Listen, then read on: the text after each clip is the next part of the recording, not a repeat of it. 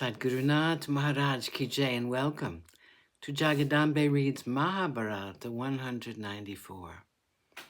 As you may remember, we were about to find out what the Pandavas are going to do for their 13th year. Yudhishthira collected all the people around him, the people who were till then his companions, and said, "It is known to all of you that we have been asked to spend 12 years in the forest and the 13th year in hiding.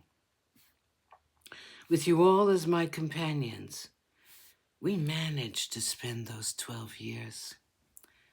But for your company, we would have found it very hard to bear our misfortune. Now the 12 years are over. We request you for permission to leave you and go. We have to be in disguise, and no one should know our whereabouts. I hope that I can, at the end of next year, get my kingdom back and be able to have you all with me forever and ever." As he was saying these words, Yudhishthira's voice failed. He broke down with sorrow. He almost fainted away.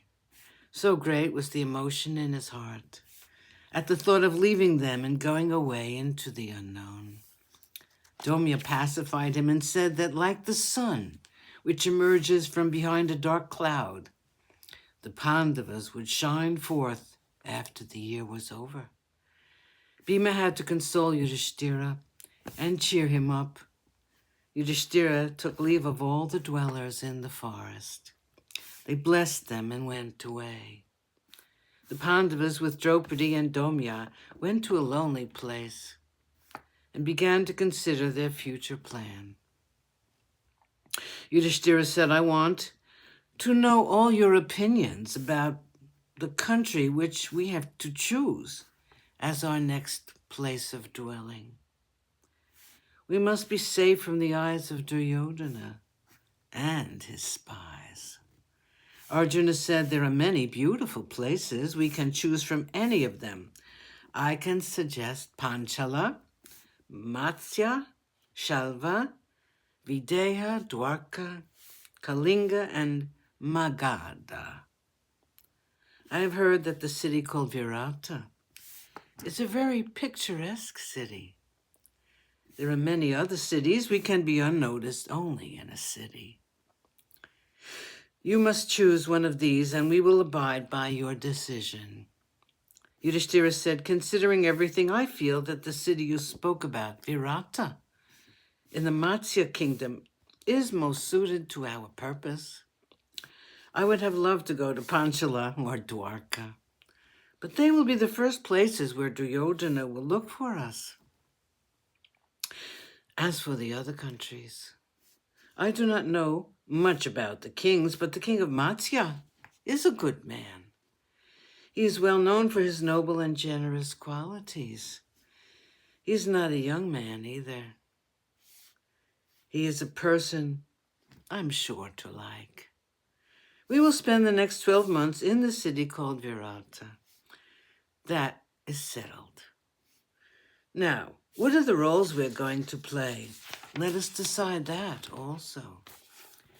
From being a subject of worry, this 13th year was now beginning to appear like a kind of adventure. They discussed it with enthusiasm, but suddenly a sadness fell on the younger brothers of Yudhishthira. Arjuna said, "My lord, you have been lord of this earth. Even during the 12 years in the forest, you have never had to obey orders from anyone. How can you work under any man? How can we bear to see you as a dependent under some king? You must not work under any master. I cannot bear to think of it." Yudhishthira smiled and took Arjuna's hand in his. He wiped his eyes gently and said, "Arjuna, do not be unhappy. I will not let anyone insult me. I have decided to be the companion to the king, not his courtier. Listen to me.